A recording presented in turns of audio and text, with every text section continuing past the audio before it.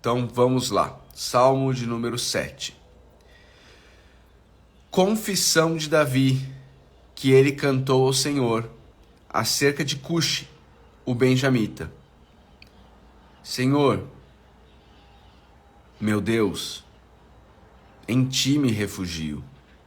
Salva-me e livra-me de todos os que me perseguem, para que como leões não me dilacerem nem me despedacem, sem que ninguém me livre. Senhor, meu Deus, se assim procedi, se nas minhas mãos há injustiça, se fiz algum mal a um amigo, ou se poupei sem motivo o meu adversário, persiga-me o meu inimigo até me alcançar, no chão me pisoteie e aniquile a minha vida, lançando a minha honra no pó. Levanta-te, Senhor, na tua ira. Ergue-te contra o furor dos meus adversários. Desperta-te, meu Deus, ordena a justiça. Reúnam-se os povos ao teu redor, das alturas reinas sobre eles. O Senhor é quem julga os povos.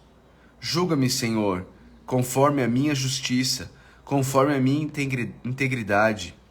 Deus justo que sonda mentes e os corações, dá fim à maldade dos ímpios e ao justo dá segurança. O meu escudo está nas mãos de Deus, que salva o reto. Deus é um juiz justo, um Deus que manifesta cada dia o seu furor. Se o homem não se arrepende, Deus afia sua espada, arma o seu arco e o aponta. Prepara suas armas mortais e faz de suas setas flechas flamejantes. Quem gera a maldade, concebe o sofrimento e dá à luz a desilusão. Quem cava um buraco e o aprofunda, cairá nessa armadilha que fez. Sua maldade se voltará contra ele. Sua violência cairá sobre a sua própria cabeça. Darei graças ao Senhor por sua justiça. Ao nome do Senhor Altíssimo cantarei louvores. Salmo 7, obrigado por escrever aqui. Mônica, direto da Espanha, bom dia para Dani Murici Brito, que entrou. Esse é o Salmo 7, gente, esse é o Salmo 7. Um salmo que começa com o título Confissão de Davi, dizendo que ele cantou esse salmo acerca de Cushi, o benjamita, só que a gente não tem nenhuma informação confiável sobre quem é Cushi, o benjamita. Fato é, existia alguém que perseguia Davi, existia alguém que buscava destruir Davi. Como a gente sabe, ele diz Cushi, o benjamita, a gente sabe que Saul era da tribo de Benjamim. Então existe uma possibilidade de Cushi, o benjamita, ser algum parente de Davi, alguém relacionado de Saul, desculpa, alguém relacionado com Saul, que talvez tenha traído Davi, talvez tenha levantado calúnias sobre Davi, talvez Cushi, o benjamita, tenha falado mentiras sobre Davi para Saul e criado toda uma situação em que Saul depois acaba ficando desesperado, preocupado com Davi, e aí começa a perseguir Davi. E de novo, no meio de tudo isso, quando pessoas ímpias te perseguem, quando pessoas falam mal de você, quando pessoas levantam calúnias sobre você, seja no seu trabalho, seja na sua vizinhança, seja na sua família, enfim, nas mais diversas situações da vida, pessoas muitas vezes levantam calúnias sobre nós. Isso é muito comum na vida de pastores. Eu me lembro com dor no meu coração até hoje, uma situação, uma época da minha vida em que eu vivi isso. De maneira... Isso acontece de tempos em tempos, mas teve uma época da minha vida em que eu vivi isso de maneira mais intensa, de pessoas de dentro da igreja inventando calúnias, inventando difamações, e tentando levantar a igreja contra mim. E eu me lembro muito assim, de maneira muito especial, como naquela época a gente teve um retiro aqui na igreja, E o pastor Jairo Cáceres. Pastor Jairo Cáceres é pastor da Igreja Batista Pedras Vivas, lá em São Paulo. São fundadores daquela editora Nutra, que tem muita literatura boa. Muita literatura boa. Qualquer coisa que você achar da Nutra pode comprar tranquilo. Ele veio ser o preletor do retiro da igreja. E, queridos, eu não falei absolutamente nada para ele do que estava acontecendo. Mas ele pregou em alguns salmos que falavam exatamente sobre isso. Sobre quando as pessoas te caluniam, sobre quando as pessoas falam mal de você, você entrega a sua causa ao Senhor e você confia nele. Veja, o salmista começa dizendo no versículo 1, Senhor, meu Deus, em ti me refugio. Em meio aos ataques, em meio às perseguições, em meio às mentiras, aonde o salmista vai encontrar refúgio? De novo, gente, aonde o salmista vai encontrar refúgio? Em Deus. No Deus em quem ele tem um relacionamento pessoal. Senhor, meu Deus, em ti me refugio. Eu e você, a gente tem a tendência de buscar refúgio em muitos lugares. A gente tem a tendência a buscar refúgio na fuga, a gente se esconde, a gente foge, a gente fica no quarto, a gente não quer falar com ninguém. A gente tem a tendência de encontrar refúgio na comida, nos doces, a gente come mais do que a gente deveria, a gente come mal, a gente come o que a gente não deveria comer, como uma forma de autogratificação. Eu tô passando por essa situação, a situação tá muito difícil, a minha vida tá muito difícil, então eu acho que eu mereço isso aqui. E aí a gente se entope de comida que não presta, a gente come mais do que a gente deveria, como uma forma de nos gratificarmos, de nos refugiarmos pela situação que vivemos.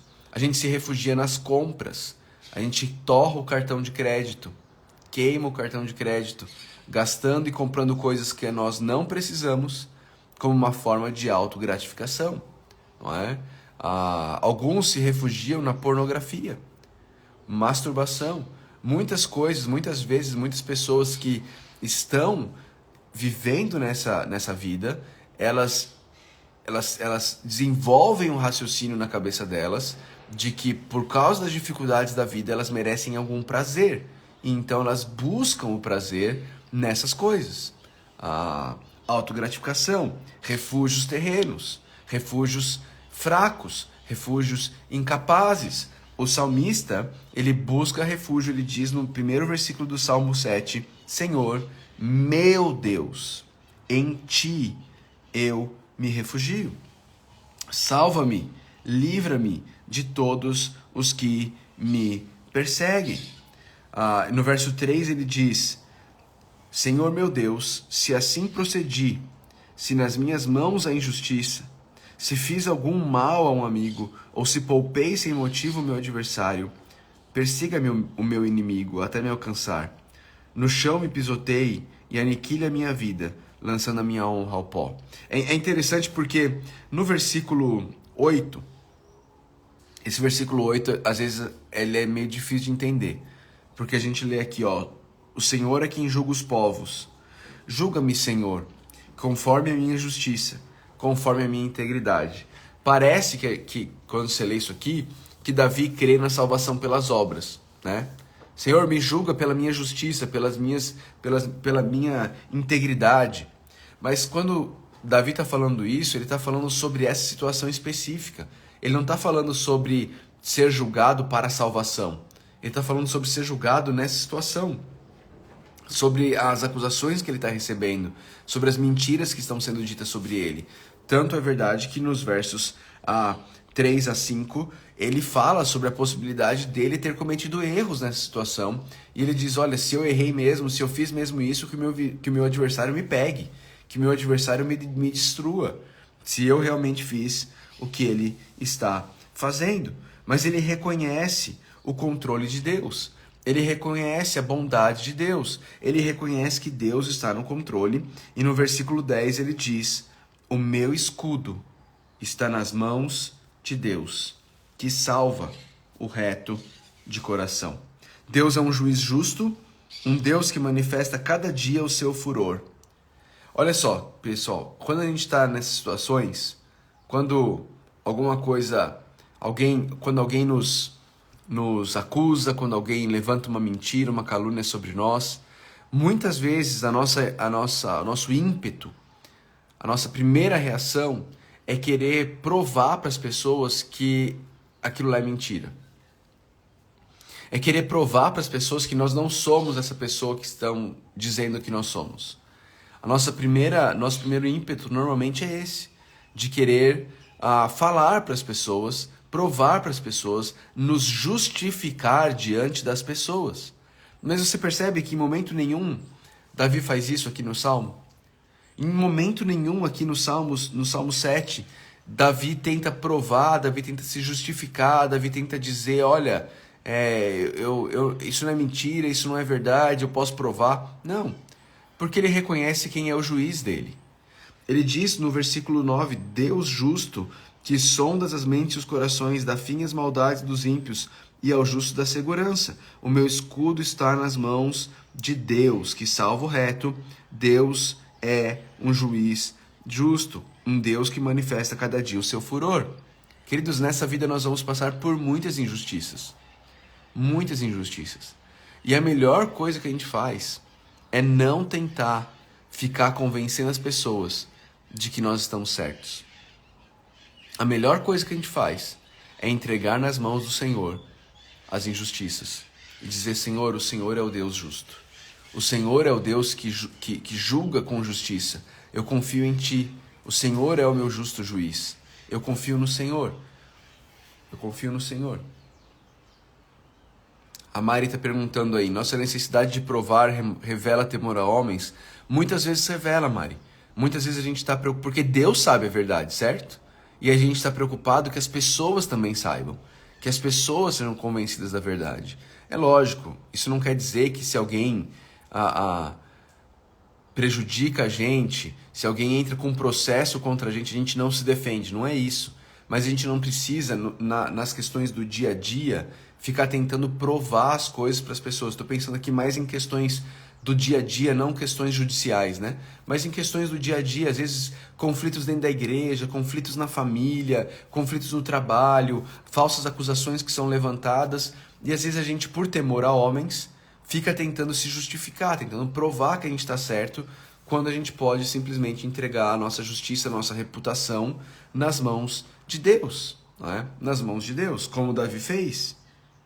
E aí no versículo 12 em diante ele diz assim, se o homem não se arrepende, Deus afia a sua espada, arma o seu arco e o aponta, prepara as suas armas mortais e faz das suas setas flechas flamejantes. Esse é um alerta. Esse é um alerta àqueles que não se arrependem. Esse é um alerta. Serve um alerta para você, se esse é seu caso. Se você continua com uma dura cerviz diante de Deus, se você se recusa a se arrepender, se você se recusa a confessar os seus pecados, se você se recusa a correr a Deus, clamando por graça e misericórdia, esse aqui é um alerta. É um alerta para você. Porque o texto é bem claro. Se o homem não se arrepende, Deus afia a sua espada. Mas ao mesmo tempo, isso aqui também está aqui para trazer paz ao nosso coração. Àqueles que são objeto da difamação, da calúnia, da injustiça, Deus está no controle. Entrega nas mãos do Senhor. A vingança, ela pertence ao Senhor, diz a palavra de Deus. Diria o seu Madruga que a vingança nunca é plena. Mata a alma e envenena, não é? Quando a gente tenta se vingar, a gente acaba se envenenando. E a gente nós acabamos nos tornando pessoas amarguradas. Pessoas amarguradas. A gente pode entregar nas mãos do Senhor. Aqueles que não se arrependem, o Senhor afia a sua espada, arma o seu arco e o aponta. Nós somos fracos demais. Nós somos ameaça nenhuma às pessoas que nos fazem o mal. Deixa elas encararem. Deus, a sua espada e o seu arco com flechas flamejantes. Entrega nas mãos do Senhor. Deixa Ele fazer a obra dele. E veja como o Senhor nos instrui aqui, o salmista nos instrui. Essas pessoas que geram a maldade, verso 14, concebem o sofrimento e dão à luz a desilusão, elas cavam um buraco, o aprofundam e cairão na armadilha que elas fizeram. Cairá neles. Eles mesmos caem nos seus próprios buracos. Descansa no Senhor. Descansa no Senhor. E aí você faz o quê? Você busca refúgio em Deus, versículo 1. Você confia a sua reputação a Ele, deixa que Ele cuide da sua reputação. E por último, verso 17, você dá graças a Deus. Darei graças ao Senhor por sua justiça. Ao nome do Senhor Altíssimo cantarei louvores. Esse é o caminho do cristão. Quando o cristão ele é injustiçado, quando o cristão é perseguido, quando levantam calúnias contra o cristão, qual é o caminho do cristão? Ele busca refúgio no Senhor, ele crê que Deus é o seu escudo, ele deixa a sua reputação nas mãos de Deus, ele não precisa ficar se justificando, ele confia que o Senhor irá julgar a sua causa e que é Deus quem retribuirá o mal que está sendo feito contra ele. E por último, ele louva o Senhor por quem o Senhor é. Darei graças ao Senhor por sua justiça. Ao nome do Senhor Altíssimo cantarei louvores. Esse é o caminho do cristão em meio à injustiça. Qual tem sido o seu caminho em meio à injustiça? Tentar resolver nas suas próprias forças? O seu caminho em meio à injustiça tem sido tentar provar para todos quem você é? O seu caminho em meio à injustiça tem sido a ansiedade, o medo, a preocupação, o temor. O seu caminho em meio à injustiça tem sido buscar refúgio na comida, nas compras, no isolamento, nas músicas, nos exercícios. Ou o seu refúgio é o Senhor, porque Ele é quem segura o seu escudo. Onde você tem se refugiado? Em quem você tem confiado para cuidar da sua vida, da sua reputação? Quem é o seu justo juiz? Você mesmo? Sebastiano está perguntando, pastor, se a gente erra com uma pessoa e se arrepende, Deus nos perdoa? Sebastiano, a palavra de Deus diz assim: se confessarmos os nossos pecados, Deus é fiel e justo para nos perdoar os pecados e nos purificar de toda injustiça. Se você errou com alguém, vá até esse alguém. Em arrependimento, confesse o seu pecado a esse alguém e creia no perdão de Deus. Confesse a Deus, confesse a pessoa com quem você errou. Se você pecou contra uma pessoa, não adianta confessar só para Deus, tem que confessar para Deus e para a pessoa contra quem você pecou. Você tem que pedir perdão para Deus e para a pessoa contra quem você pecou. E Deus certamente te perdoará. A pessoa eu não sei, mas Deus certamente te perdoará. Ok? Vamos orar? Vamos orar? Que essa palavra possa preencher a nossa mente, que a gente possa ruminar nessa palavra durante o dia, quando as injustiças surgirem na nossa vida, que a gente possa lembrar dessa palavra, buscar refúgio no Senhor, deixar nossa reputação nas mãos do Senhor, descansar no Senhor e adorar o Senhor. Falando em adorar, quem for aí cantar pra gente louvores hoje, já me avisa pra gente já se preparar aqui para eu poder puxar você para nossa devocional, para você cantar pra gente um louvor a Deus hoje, tá bom? Quem for cantar, me avisa, por favor. Aí o Marcos vai cantar pra gente, coisa boa. Bom demais, Marcos. Beleza, se prepara aí, nós vamos orar e aí eu te puxo para você cantar com a gente, tá bom? Vamos lá. Nós vamos orar a oração que está na página 90, o Vale da Visão, tá? Uma coletânea de orações puritanas, o Vale da Visão, página 90. A oração se chama arrependimento contínuo. Arrependimento contínuo. Ó Deus da graça, imputaste o meu pecado ao meu substituto e imputaste a justiça dele à minha alma, vestindo-me com um manto de matrimônio, enfeitando-me com joias de santidade. Mas em minha caminhada cristã permaneço maltrapilho. Minhas melhores orações são manchadas com pecado. Minhas lágrimas de contrição são demasiado impuras. Minhas confissões de culpa agravam por demais os meus pecados. Minha acolhida do Espírito é tingida de egoísmo. Preciso arrepender-me do meu arrependimento. Preciso que minhas lágrimas sejam purificadas.